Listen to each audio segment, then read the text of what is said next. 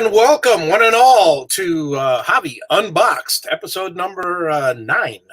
And let me get over to the comments here and give a greeting to all the people out there in internet land. Bart, good evening. Bart Bixel, Paul Stewart, how's it going? Mr. Mike, Greg Euler, Steve from Harneal Media, how are you feeling today? Dennis Nolan, Jason speaking, and Kevin from Philadelphia, Bobby, Russ Meadows, and anyone else that'll be joining in soon. And good evening, folks. And I'd like to welcome my cohort as usual, Mr. Russ. How are you today, Russ? Oh, doing outstanding. Hello, everybody.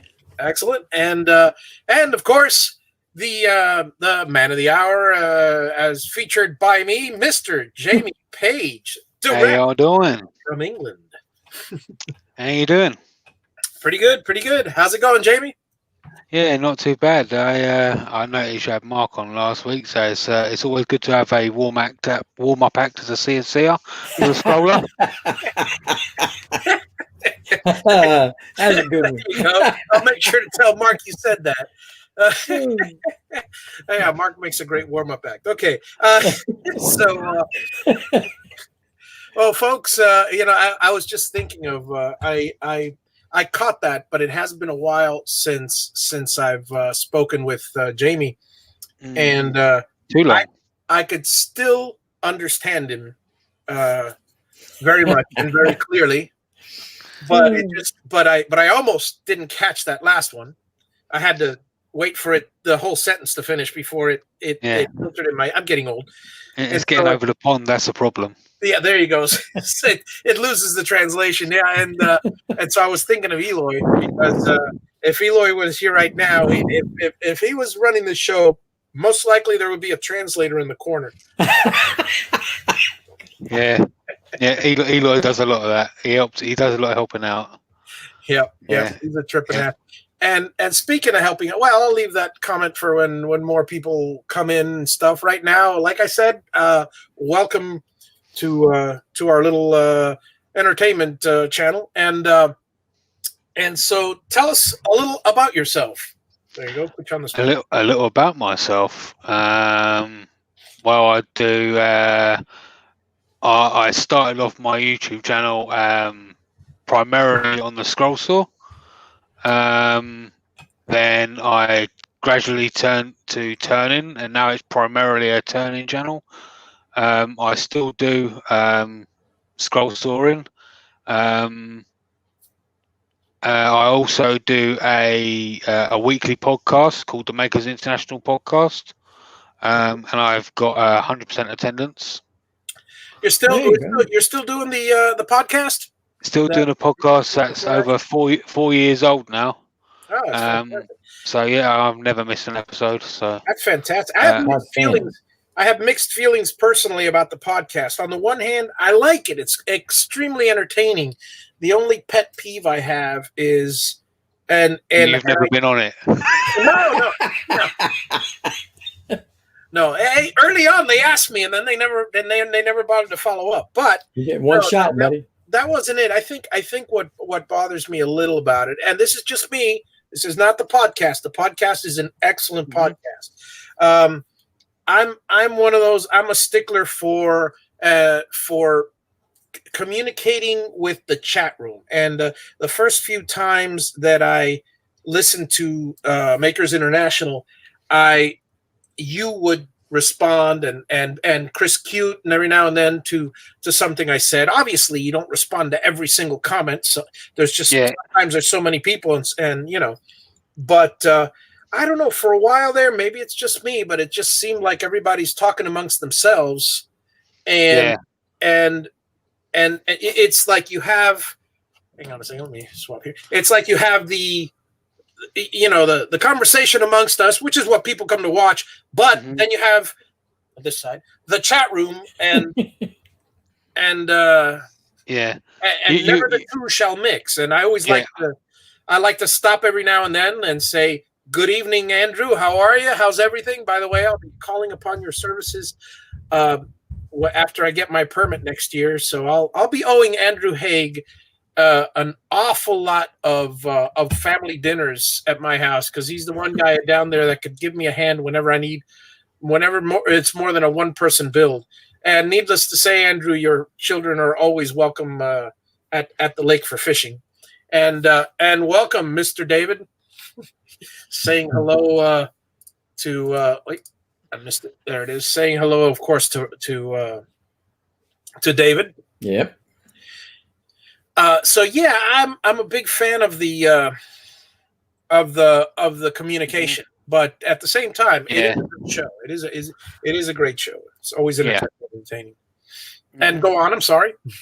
Yeah, basically, I was just going to say, when it comes to the chat, I think a lot of it comes down to, when it comes to our response to the chat, a lot of it depends on what kind of show we're doing, really. I mean, if we're doing a spotlight, then obviously we'll only really ask questions if it pertains to the actual guests.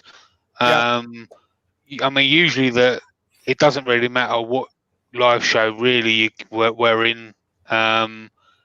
It's kind of I don't want to say a niche part of the community, but there's a certain amount of friends in that come into the chats, whether it's the podcasts, Wayne the Woodturner, Matt Dale from Maple Tree Studios, all that kind of stuff. It's a certain bunch of people, and they all talk to each other constantly.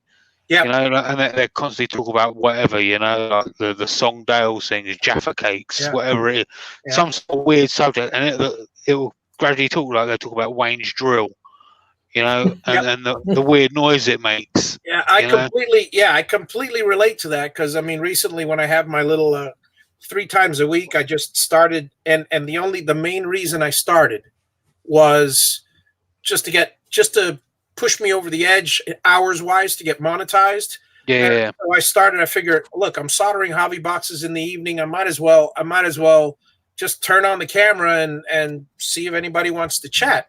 And it was a lark. And I started doing it Mondays, Wednesdays, and Fridays. Now it's just whenever I feel froggy. And I'll tell you, I got a group of guys. I mean, Jason's one of them, and let's see, and Mike, of course, and Kevin drops by. I mean, I've got a group of friends that go there, and sometimes I'm sure they're just, you know, they turn it on and they're listening in the background or falling asleep, like Steve Nealon has admitted to doing numerous times. Just lulled at the sound of my voice, because it's a completely different show than this one. This one is, you know, 1 hour, rigid, done, entertaining. The rest, who watches a guy soldering for an hour or two? Well, people do. It's a great community. I completely get it. And I've been a part of many of those chats in different venues. It's a whole other aspect of the woodworking. I never really considered that until you brought it up. Yeah, I think a lot of it is a lot. I'll be totally honest with you. A lot of it is. Sometimes I don't think they even turn up for either the project or the podcast or the actual live stream. They just turn up to have fun with their friends a lot of the time. Right. It's just like a random fun chat room where somebody happens to be making something. Yeah. Mm-hmm. You know.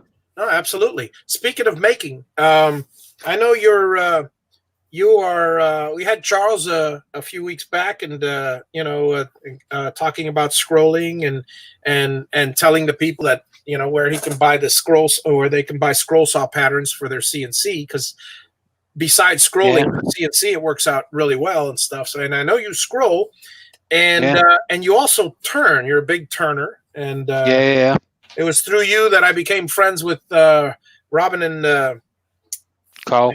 And Carl Jacobson. Fantastic turner. Which do you prefer, scrolling or what are you doing more of now? Because I'm waiting for that question. I'm doing more of turning, but that's basically because now this is where it's kind of a catch-22, because physical strain of scrolling. The scroll saw I had was a 16, or still do have, was a 16-inch cheapo beginner scroll saw. Mm-hmm. But sitting directly behind my camera I've just purchased a 21-inch Excalibur. All right. Sweet. So the 30-hour projects I was doing on the 16-inch is now probably going to take me 10 or less hours to do. Nice. Wow. On a big one, yeah. And not only that, but I can make them bigger.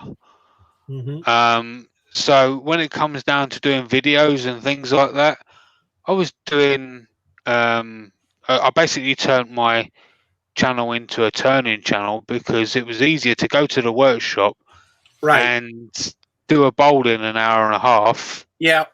And edit it, and I could do 2 of them before I've even done a little section of one of the patterns that I've done. Right. Yeah, scrolling down in time. Yeah, some of Charles's go on for 5-6 hours. Yeah, I mean, I've been out there, and because I can't sit down and scroll saw because it hurts my back. I stand for 5-6 hours straight. That's and it's weird because I kind of get in like a weird zone in my head where I'm kind of like zoned out and I don't think of anything. It's like a tunnel vision. It doesn't hurt you to stand right now. that I've got long? a couple dozen people going. It does, yeah. I'm so thankful I got a CNC. I could just click a button and have a sandwich. So it's kind of funny you mentioned that because I was saying to Javi just before we went live. So I've done the big pieces, a couple of big pieces that I've done and taken to live shows. That one of them was the Tiger, this Tiger, which I actually bought with me to show. This one here. I love that one. Yeah, that is fantastic. So I bought that one. So that one took me 30 hours on the 16-inch scroll saw. So that's what I'm talking about. Yeah. That the time reduced will be greatly reduced on this new saw. And I stack cut that as well. So my mum said to me that I'm having one of them, no one else is having that, etc., etc. My auntie owns a wildlife park, and she's got. She did have 2 tigers. She's got more now because she owns 2 wildlife parks. And that went up for auction at a Tiger Day thing that she put on. And but yeah, that took 30 hours to do. So when I was at the events, there I had 2. It was on 2 separate occasions. I think it was at Maker Central. The first one, somebody came up to me and said, "Was I done on a CNC?" And the second time, I done a picture of a German Shepherd, and it was another Charles Deering picture. And they said to me, "Was I done on a laser?" And I was like, "Haven't you ever heard of a scroll saw?" Yeah, that's when you told me that's hilarious. That's hilarious. A laser or a CNC, and it's funny because there are things you can do. I mean, especially when the wood is thicker, there are things you can do with a scroll saw that it's just close to impossible, if not impossible, with you cannot do them with a CNC, or the CNC doesn't have a bit while you can get a bit as thin as the laser.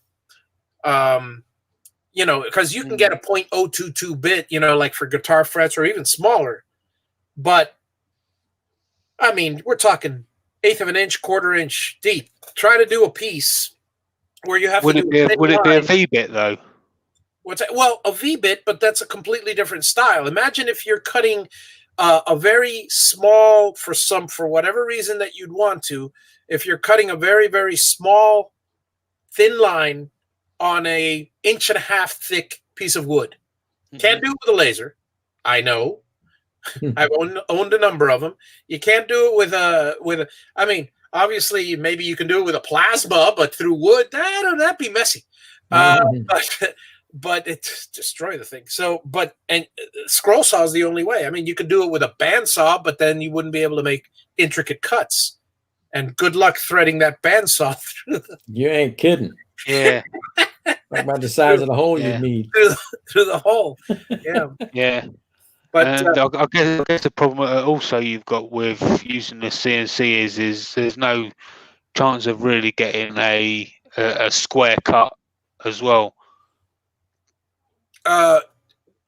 Okay, with the CNC, yeah. Well, yeah. I mean, like I said, you're A absolutely right. square inside cut. Yeah. Yeah, you'd have to. I mean, because you get pretty close with an 1/8 inch, or especially if you do it with a little tiny one. But there's nothing like you have to finish it off, and many folks do. Many folks take the CNC, and whether it's cutting off tabs or whether it's finishing off corners. Yeah. And I've done it myself. I don't have the piece here, but I've done it myself. There are some little edges that you get really, really close, and the V-bit will get up really, really close, but then you still have a considerable amount left, and you because it's not just a right angle cut. What about a very, very acute cut? The bit can't get in there. I mean, but yeah, and let me ask you something, because back in 2017, tell us about what led you coming to the States. So what led me coming to the States? That was part of, I was a sponsor of Izzy Swan was doing he was doing something at the time called the Toolmasters Association. Yep. And myself and Jason McGinn were sponsors of the Toolmasters Association. And basically that was part of it. I was a sponsor, and I stayed at Chad from Mancrafting's house, and I was basically brought over by the community to stay in Atlanta for a long, long time, but not just go to Atlanta. I took a hell of a long trip. You stayed for quite a number of days, didn't you? I stayed for quite a number of days. So the trip I took. That trip, won't you, Jamie? Well, after nearly breaking Atlanta, quite literally, I went from Atlanta all the way down to Key West, and then from Key West was your first stop. I thought you went up first. No. So we went from Atlanta to Key West, from Key West to, I want to say South Carolina. I can't remember if it's South or North Carolina, and then back to Georgia. When did you stop in Miami? So Miami was on the way down to Key West. Okay, so on the way to Key West, because I mean, that's the part I know about, because you stopped by. Jamie stopped by to visit Eloy and myself down here in Miami with Mark Saunders was driving. Now tell me something. And now first I wanted to ask you something, because I did not let Eloy's dog out on purpose. It was an accident. Yeah, Eloy Escojedo, for those of you that know Eloy, he's his channel's Rockin' Woodworks, and he really loves that dog. That dog is his life. Eloy is awesome, and Eloy is a wonderful, wonderful giving man, and with a generous heart. And Jamie didn't realize it. He left the gate slightly ajar, or I don't know what happened, but I wasn't there. But I heard the story. I can tell you exactly how this happened. So, please.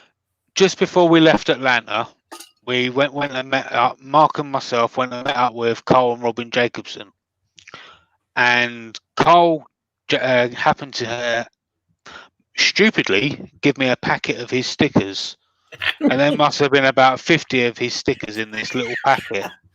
Yep. So on the way from Atlanta all the way down to Key West, and every single toilet and truck stop we stopped at went one of his stickers. Not to mention almost everywhere around Eloy's house. Yep. They were in cupboards, they were on his welder, they were on the floor. God. They were on his they were on top of his door frame. They were between the two symbols of his drum kit. Behind his lamp. He didn't find that one for a long time. on top of his lamp. Yep. Yeah, they were all over the place. And how'd the dog get out? So how did the dog get out? So how that happened was I kind of took an opportunity to put one on the back of Eloy's truck. Yep. And I went out the front to put one on Eloy's truck, and that's when I left the gate ajar. So Good evening, John. How are you? yeah. Yep. I'll tell you what, if anyone wants to get some good stickers, though, contact Carl and find out where he got them from, because them stickers are still on Eloy's truck, and It's it made it still through on a massive Eloy's truck. hurricane as well. Incredible. But I'll tell you, that was a fun trip. Now let me ask you something. I'm not sure if it was you or not. Somebody told me, I think that somebody might have been Russ here. I'm again, I'm 54. My memory's starting to fail. The CRS. Somebody told me that you were like a little bit of trepidation there for you to come to Miami for because you heard horror stories of, you thought you'd be mugged or you thought or you thought That weren't me. Not so much that. So what it basically was every time I've seen, so my perception of Miami is beaches, babes, bikinis, basically the TV show Baywatch, okay, or the music video Miami by Will Smith. Right. That's my perception of Baywatch. So when we roll up to Eloy's house, and I feel like I'm in South Central Los Angeles. Yeah. Right. Eli lives on the other side of the tracks, folks. Just yeah. so you know. I'm kind of like, well, this isn't what I expected. Where's the sand? Yeah. We don't all live in the front. I mean, on the beach front. So I was actually talking to Eli, referring back to the dog situation, and when we went out and we was all looking for the dog, and he was like, we were just randomly walking into people's like front yards and things like that. I was like, dude, you just don't do that in the UK. It's like you do that you may be able to do it in the States, but you do it in the UK, that's someone's private property. They will come out and they will kick an ass. Do you know what I mean? Yeah. It's like, because in the States, obviously it's a little bit. Some of the where Eloy lives, it's like they haven't really got gates. It's all open. Everybody's got every single house. And what he means by now I have to translate. What the Englishman means by gates in our English is bars on the window. Yeah. Because around Eloy's place, everybody's got bars, and that's not so much. Yeah, that's pretty much because people break in their houses. At least they used to. Things have changed ever since there's a camera on every corner, so you can get caught anywhere. So I don't expect that anybody's going to be doing that kind of stuff. But that all kind of stems from me growing up. So like, even if we accidentally kicked a soccer ball in someone's front yard, right? No kid would dare go into that yard and get it. Oh wow. No, that was forbidden. Wow. So like you've lost your ball if that goes in there. Oh wow! Unless you kind of knew the neighbour was okay, and you go knock. But you'd go knock on the door first and go ask permission to go and get it, even if you was 2 foot away from it. When I was a kid, my brother and I, who was 3 years younger, we used to jump fences we used to go from one end of the block to the other, which is about 8 or 10 houses, yards about 100 feet long each. And we used to jump fence to fence through everybody's backyard, just having fun, avoiding the yards with dogs, or unless we knew the dog and stuff. But I mean, it was just things kids do. I mean, it wasn't really malicious or anything. And anytime we lost the ball, we had football games, all the kids in the neighborhood across like 5 yards, because nobody had a fence in their front yards back in the day. They didn't have lampposts or anything. Well, one guy had a lamppost. You had to avoid that one when you ran. But there was a perfect football field for us. Rob has a question. Yeah. What do you think of rotary CNC, Rob? I mean, Jamie, Rob asks. Rotary CNC. I'll be honest, I've never tried it. If I'm totally honest with you, I've seen it done. It looks very, very interesting. I think I saw a trend rotary CNC at Maker Central. I'll be honest, if I had the money, I wouldn't mind owning one. They are nice. I could definitely see how they'd be really good for things like miniature ornaments, like tiki. Is it tiki thing? Is that what I'm thinking of? Tiki torches? Is it no? Is it what's the totem poles? Totem poles. That's what I'm thinking of. Gotcha. I can see how it'd be really good for that kind of stuff. Tiki rooms. Did you go to Disney? I've got some patterns for some furniture that the legs on the outsides they're turned on a rotary CNC, and you talk about absolutely gorgeous. Yeah, that's something that you could really get into over there. Oh yeah, absolutely. So now you had a nice dinner while you were down here in Miami, didn't you? I hope. Yeah, it was. It was nice. It's what I could only assume was. I think it was a Cuban sandwich, wasn't it? Yep. So it's basically what we would call over here is a sandwich with potato chips in it. Yep. Yeah. Basically. You didn't buy him $150 steak. Hey, look, I told them all. I mean, I'm not American. Look,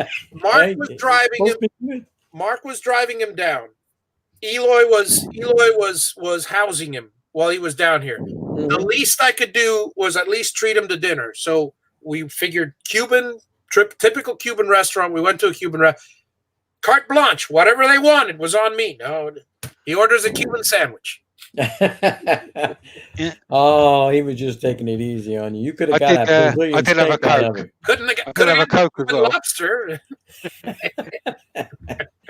Yeah, that's a normal lobster having a cigar. Yeah, there you go. But we had some good times, and down in Miami. So after Miami, you went up to St. Augustine, right? Something like that.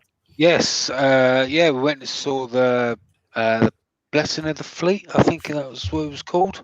The what? I think it was called the Blessing of the Fleet. Oh, the Blessing of the Fleet. Yeah. I think that's what it was. Did you ever go to Gatorland or anything like that while you were up there? Or no. No. Did we go there? No, not Gatorland. Did we go to Gatorland? No, I don't think so. I know we did the Everglades with Eloy.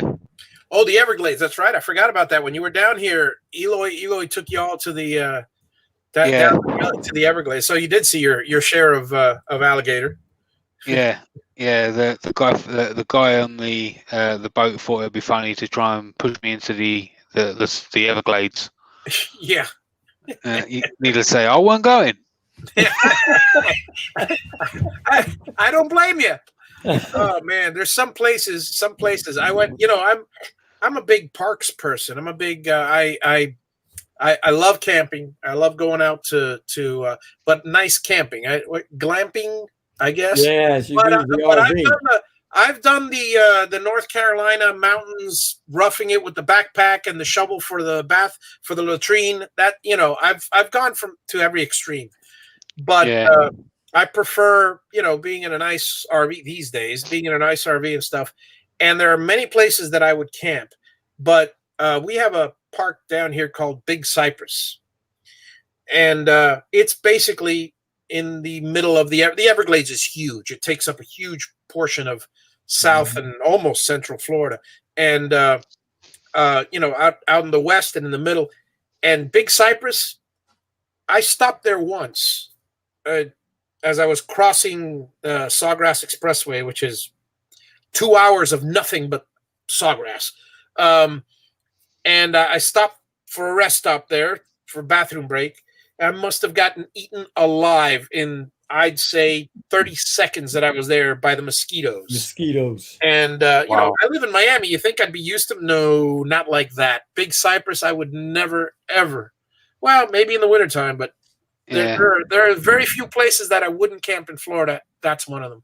So just before we went out on the fan boats, Eloy was telling me that. By the way, translation again, airboat, fan boat. Okay. Oh, sorry. Yeah. Well, thanks, thanks, Javi. Fan boat. Go ahead. Just before we went out on the boat,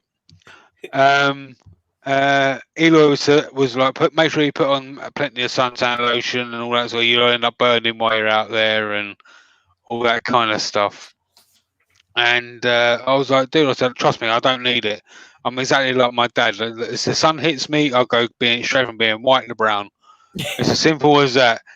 You know, so I grew up on the beach. I'm fine. Do you know what I mean? I spent all my time down the beach. You said that? Oh, I did. I said that. Wow. Yeah. Right. So I was like, he was like, all right, you'll be the one to suffer. Well, anyway, in case people don't know, I actually have a tattoo of Berkey's logo on me. Andy right. Mm-hmm. Well, Eloy found it funny, or thought it would be funny afterwards, right, for me to get some suntan lotion and rub my leg in suntan lotion, and he recorded it and doing it all nice and slowly, right? Okay. Anyway, I digress. Right? Yeah. We went out onto the airboats. The only thing that got burnt was that leg. Oh, So, yeah. The rest of me just went straight to brown. Oh, incredible. But so after you left Florida, where'd you go? So after we left Florida, we went down to Key West. That's in Florida. My ear was itching. That's Key West is actually in Florida, not after you left Miami. Not directly down to the Keys. We actually stayed at one of the Keys for a little while. I can't remember what one exactly. What one exactly we stayed at, but we stayed there for a few days. Marathon or Largo. Yeah, we stayed at one of them for a few days. One of Mark's friends. That was real fun. Except for the boat trip where I kind of threw up a few times. Good evening, Mark. How are you? So, yeah, my stomach didn't like that fishing trip very much. I did. I thought I loved it. Remember, it's been 3 years ago, and I know the whole story. But that fishing trip was not good for you. Not a good look for you. No, apparently that even the captain was a bit. Should we take it out? It's a bit windy, you know. And it's like me, that's very rarely even goes on boats. Yeah. Like, I'm chucking up all over the place. Yeah. So like, if you're thinking about not going out, you really think I should go out? Yeah. You know? We gotta go. Mark said we gotta go. Yeah. Yeah. That's gotta be. By the way, folks, let me take this opportunity for a message, since I figure we're halfway through and it's about as many people as we're going to get in here. I'd like to personally thank Jamie, because he is one of the people. In case you guys never met him before and stuff, this community is very fluid. Jamie, there's one thing. The main reason I got him on this show was just one little thing that Russ said that just, clicked.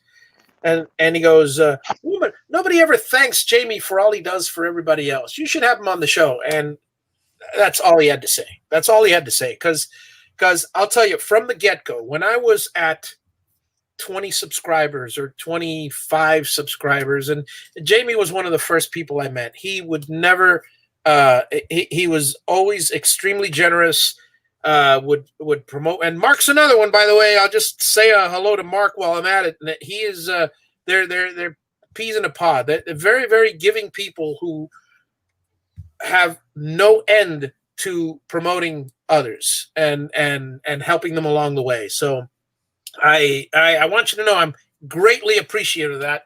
Not to get into any emotions, I'll let you continue with your trip. I don't know where we are now. We are just leaving Florida. Up trucking. Just leave it right. So yeah, so we got to we went from we eventually got down to Key West, and I went and got I wanted to get a tattoo to remember this trip. And at the Atlanta Woodworking Show, I arranged with Sarah Connor from Sarah War2 Connor. Designs, that is, Yep. designed me a tattoo. I would say she's a sweetheart, but I can't really. She's fantastic, but I can't really call her a sweetheart. She's a sweetheart, but she's that just doesn't officially describe her. But Sarah's awesome. She is awesome. She is awesome. Yeah, without a shadow of a doubt. She designed a tattoo for you. I love it. So I said to Sarah, "Can you design me some sort of tattoo? I just want the British flag and the American flag, and just something to do with America on the inside." And so I've got a tattoo on my leg, and it's got the 2 cross flags, and it's got a big burger. If you know Sarah Connor's style of art, it's got a Sarah Connor style burger in the middle. Yep. And because I got it, a cartoon a la Sarah Connor of a exactly, burger. Yeah. Yep. And because I got it done down at Key West, I got it done at the most southerly tattoo parlor in Key West. Because I got it done in Key West, I've got 3 palm trees on it done as well. Ah, sweet. So and underneath I've got cacao as well. Oh yes, cacao. For those of you that don't know the cacao story, I'll just say it real quick. It's from Portlandia, and it's well, you just got to see it to believe it. It's one of those. It's a safe word. It's a safe word, and it's very big with Carl and Robin. It's one of those little fads and trends that those in things that a lot of us share. Cacao is a word that Carl and myself and Robin used to bond, if you like. It's the best way to put it. Yep. That's pretty much it. And okay, so you went back to Chad's house after this, or no? Not straight away. No. So on the way back up, we went to St. Augustine. Right. But we also, after that, we went to another one of Mark's friends. I think his name was David. David, I think his name was. You're not talking about Daryl in Florida, is it? No. He wasn't a maker. He wasn't a maker. He was a photographer. I think he was. Oh yeah, I don't know. But David. He was an awesome guy. I forget what I think. I think his name was David. But his brother actually had his own face tattooed on the back of his head. Oh my gosh. See, I got to be honest with you. I mean, I can appreciate Nick and everybody. I'm not kidding. You couldn't even make this stuff up. I'm not a tattoo guy. I don't have a tattoo. I don't like tattoos, but I like, but I have no problem with somebody else. Obviously, I do enjoy the art. But as long as it's so I got to see that. So that was pretty cool. That's fantastic. And then after that, we eventually went up to. We eventually got up to Izzy Swan's house. Right. Again, I can't remember if that was in South Carolina or North Carolina. I think it was South. Yeah. At the time that he was living in this particular place, because that was the house that Bob was on the wall, the dinosaur. Right. Yeah. By the way, guys, if you don't know, Izzy Swan is I mean, I don't know if everybody may not know him here because this is mostly a CNC crowd, but the man is I mean, a legend when it comes to jigs. He's a legend when it comes to jigs. He creates so many intricate things, and I mean, 2 of my favorite things that he made are Bob, which is it's a dinosaur that actually with a drill walks. Just hard to describe. You have to see his video. And the other one is that little table that weighs 80 pounds, but still it's portable. And it's a 4-person table to play, cards or whatever. And it's all made out of plywood. He goes, it's like a transformer. It's fantastic. Yeah, it's amazing. Yeah. Unfortunately, Javi, I'll have to let you know that Bob is now rested in peace. Yeah, unfortunately, during the movie, it was left outside, and yeah, what a shame. Well, things happen. Can't have everything. Where would you put it? I remember a video from your time at Izzy's place. I think it was. you're gonna talk about where I fell off a car, aren't you? I sure as heck Oh, am, yeah. man. That one. That was so funny to me. It was hilarious. I was hoping you were okay, but it was funny. So, yeah. So what happened there is when I first started, when I first got on it, it was a case of it didn't even have like a proper control on it. You plugged the drill in and put a battery in it, and you had to to go on it. You had to hold down a little a pedal, if you like, but it was on the handlebar, so you had to steer with one hand and turn with a pedal with the other hand. And it's like, well, this is weird, right? But as soon as you pushed it down, the torque, it's it's like, all right, so you got to got to prepare yourself. Like you have to jump forward before it actually goes. So eventually, you sort of you get going, and then all of a sudden, all right, you start moving, and you start turning around and all this sort of stuff. And as I was turning around, it's sort of like a car just came out of nowhere, and I was on the wrong side of the road, and I was like, oh, what do I do? What do I do? Right. And as I started turning around, it's sort of obviously being the right side.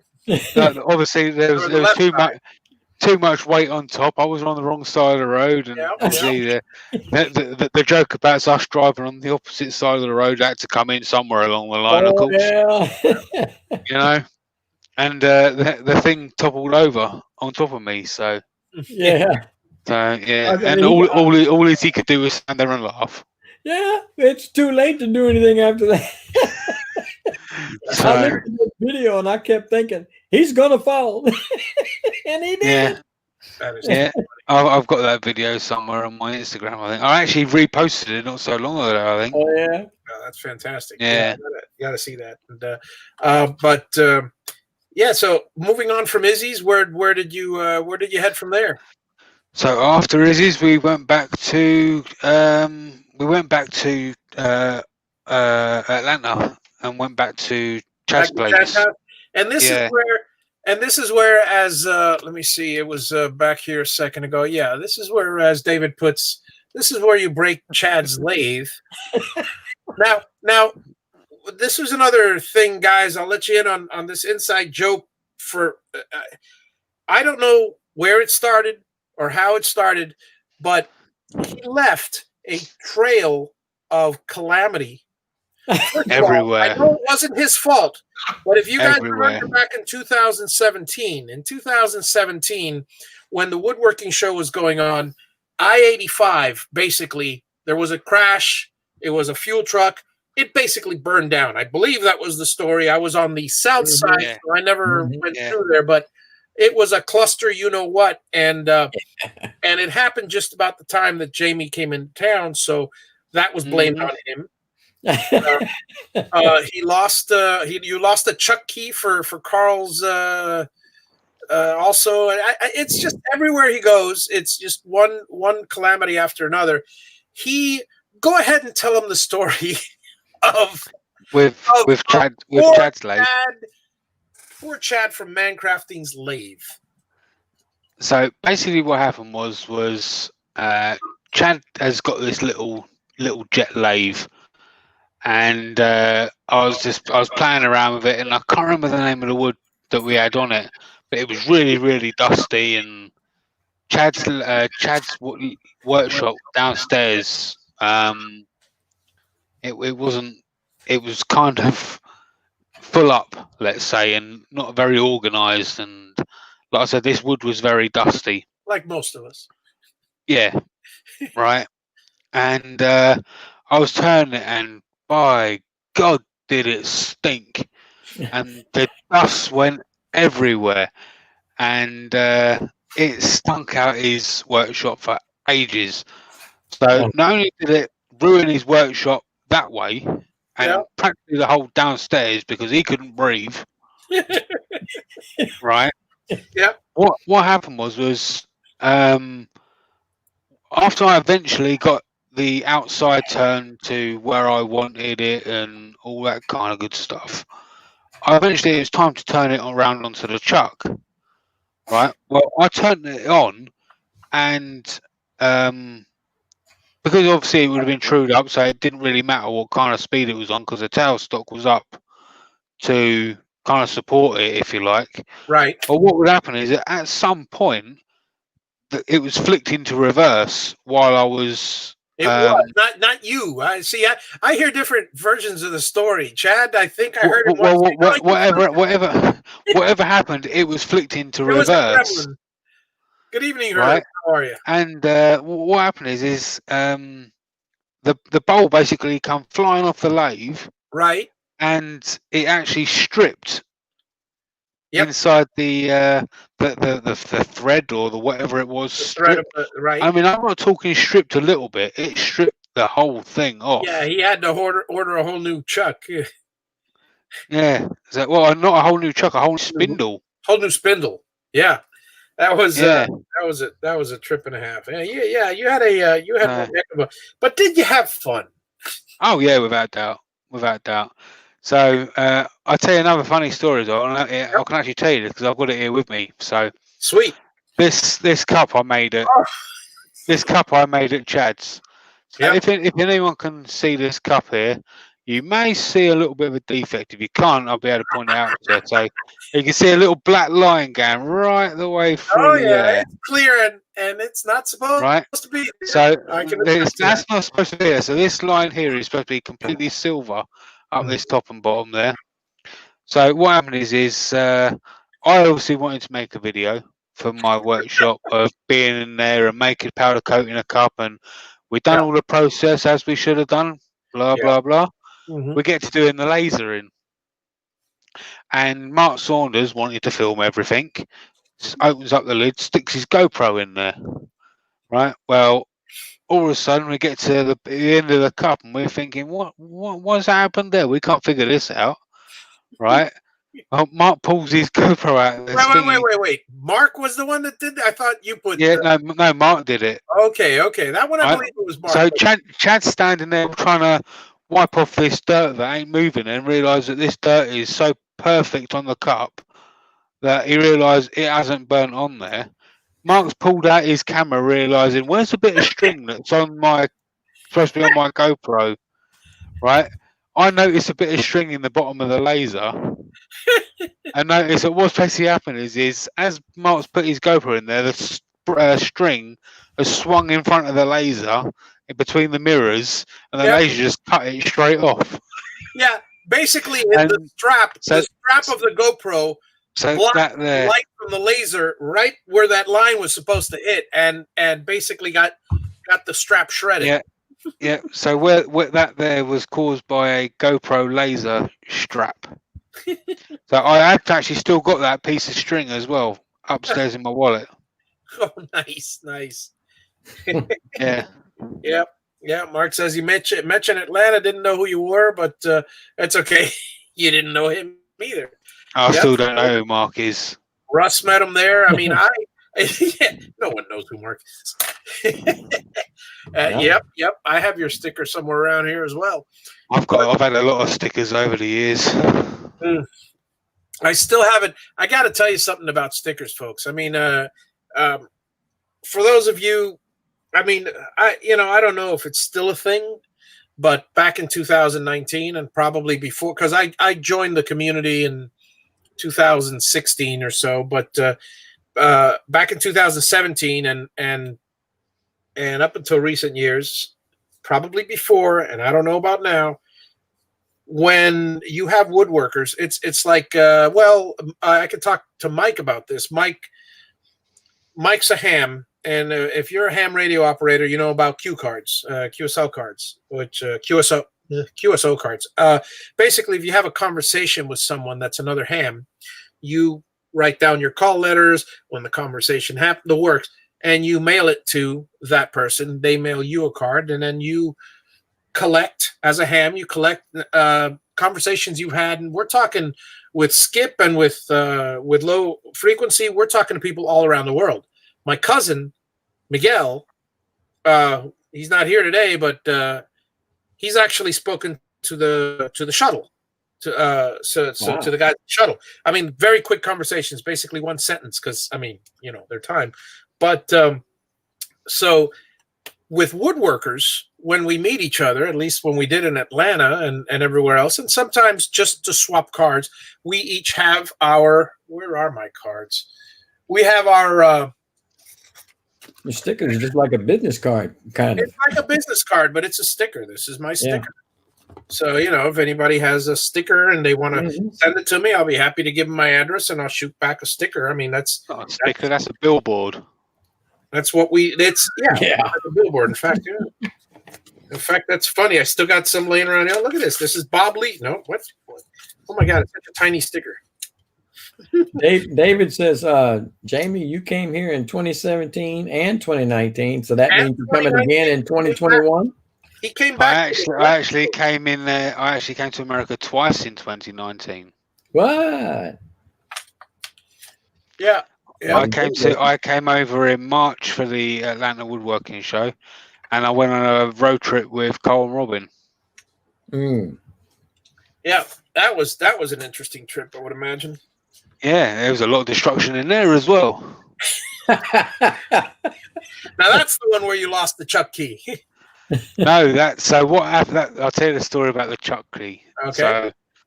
So, as we left, just before we left Cole's workshop, Cole and I were doing some turning, and I got to the airport and we're a little bit ahead of schedule before our flight, and I sat there in the waiting area, waiting for the plane, as you do, bored as you are.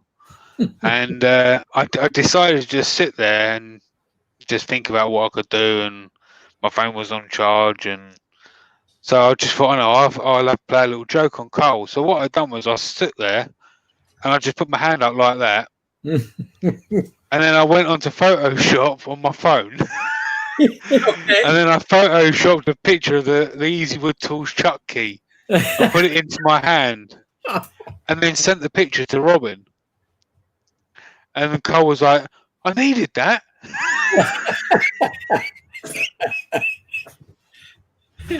So, yeah, I didn't actually take it from him. Yeah. So see, now everybody's complaining. The ones that know you are saying, you stopped by. You were in Oregon. You didn't stop by Mark's place. You were close to Mississippi or in Atlanta. Well, that's close enough. And you didn't stop by Steve's place. I'm telling you. Yeah. In my defense, there was personal reasons why we couldn't stop at certain places. Yeah, I can't really go into it here. It's not really my place to. Well, the short of it is you weren't driving either, so you were being driven. So you in many cases you had no choice. But let me tell you, we definitely appreciate the visit. I certainly had a lot of fun with you, and you're always welcome. You and when I get the new place in Central Florida, you're welcome to hang out there, and I'll have a pool house which will be a separate room, so you can be all to yourself. Nice. Yeah, it was a really cool trip. Do you have any pictures by any chance? I mean, we've got like 5 minutes. I can share my Facebook and or my Instagram if you like, and we can absolutely. And we can, if there's anything that jumps out to you, you can turn around and you can holler at me or something. So this is some pictures. This to go through my Facebook first. So this is a massive bowl that we turn at Yorkshire Grip headquarters. That's fantastic. That's fantastic. Now is that what's his name from Yorkshire Grip? That's Glyn Senior. It is Glyn. Okay, it is Glyn Senior. Okay. Yeah. So that was a rough turned bowl that we're going to hopefully going to finish off this year. But obviously due to what's going on in the world at the moment, we're not able to get up there at the moment. So it's still a bit wet at the moment as well. So So there's that. There's that picture I was just talking about, where I Gotcha. Where you photo Photoshop edited that it. in there. Yep. Yeah. Isn't that just an Allen key? No, that's a chuck key. Yeah, it's like a big, Okay. thick Allen key, if you like. Yeah. You got a little tiny egg there, bottom left. Oh no, that's a acorn. Oh, it's an acorn. So you didn't So turn that, or did you turn that? So there's a story. No, I didn't turn that. That one's off the floor. So the story behind that is when Bobby Duke was over in the UK. When he was staying in his hotel, there was a big chandelier just outside of his hotel room, like in the stairwell, Right. and it looked like an acorn. And he'd come out of there, and it said, and he come out and said it looks like a giant acorn. Right, so I'd done an impression of him, and then all night he was doing an impression of me, doing an impression of him, and it kind of sounds like it looks like a giant acorn, right? So every time we see each other now, we always say it looks like a giant acorn. Yep. So every time I see an acorn or whatever like that, I take get a picture and tag Nicole or Bobby in it. Yep. So we scroll through. There's a picture of Jake. I see a palette and tag Paul Jackman. So I was wearing this T-shirt in the local supermarket, and the lady was questioning why all our faces are all my face and all that lot was on there. That's a Maker's Rhapsody T-shirt. Is that the one with the Queen, or no? That's a different one. So that's the Queen, the band. Right. So that was all of our faces. That's mine, Richard's, Chris Hughes, and Steve Twildell when Steve was on the podcast. Right. So yeah. I'll put your YouTube link in the chat for anybody that is not subscribed to you to go ahead and thank you. take care of that. So this is the biggest piece I've ever done. A 21-inch rippled sycamore platter. Wow, that looks fantastic. Did you color? Obviously, colored that. How did you color that? So I coloured it with an airbrush. I'd never actually done that before either. So yeah, that's Record Power bought out a MIDI lathe called the Coronet Herald, which is also now over in the States. Your logo's missing a gap. Yeah. So that's so yeah, they claimed it could do 21 inches, and I was like, all right, let's see if it really can, and it did. And it did. The lathe didn't move a bit, and it handled it like a champ. And which lathe was this one? It's called the Record Power Coronet Herald. Okay. Is that an English lathe or? Yeah, it's an English one. Yeah, so here's the scroll saw pictures that I've done. Oh yeah, that's nice. That's Bobby Duke, isn't it? Yeah, it's Bobby Duke. So I flew to Atlanta and gave that one to him. Nice. So there's the tiger that I showed you, the Queen, Nick Zametti, the dog, the zombie. Yeah. So the horse that I was doing, I was doing that at Kempton Park Racecourse. And as I was doing some scrolling on that, some lady leaned in, and I was doing a real intricate part of it. Now, if anyone knows this pattern, you'll know where I've gone wrong. But if you don't know the pattern, then you wouldn't know it. But I'll actually tell you. So it's up here on the top main ear. So all of that there shouldn't have a big chunk missing. But as I was going down there, a lady leaned in and burped in my face. Oh, geez. Oh man! And I was trying to do a real intricate piece, and as soon as she burped, it kind of just put me off straight away, and it went. What a trip! So, and it was almost near enough one of the last pieces that I was cutting. So I need to say I weren't too happy. Yeah. Well, we're approaching. We're at the 9 o'clock hour, so I know you gotta head out. And folks, thank you very much once again for dropping by the show. Next week we're going to have an interesting show. Next week we're again, it's unboxed. It's not always CNC, but this one will have a couple of connections to CNC but they won't exactly be apparent. And it's going to be a show on insulation. So anybody that wants to either save a lot of money on their home, and then no, I'm not being paid by anybody, and this is not an advertisement kind of thing. It's one of those, the more you know kind of things, and it's basically a show about radiant, all the different types of insulation, and there's going to be a little bit of what you can do with insulation as a CNCer as a treat in the end. So you guys, insulation. And yeah, there'll be a little bit of soundproofing. There'll be a little bit of different products you can use for. I know Mark's been harping on me, and I'm trying to get the videos out when I get time. I will. Hopefully, things will calm down a little more next month, and I'll be able to put a few videos out of.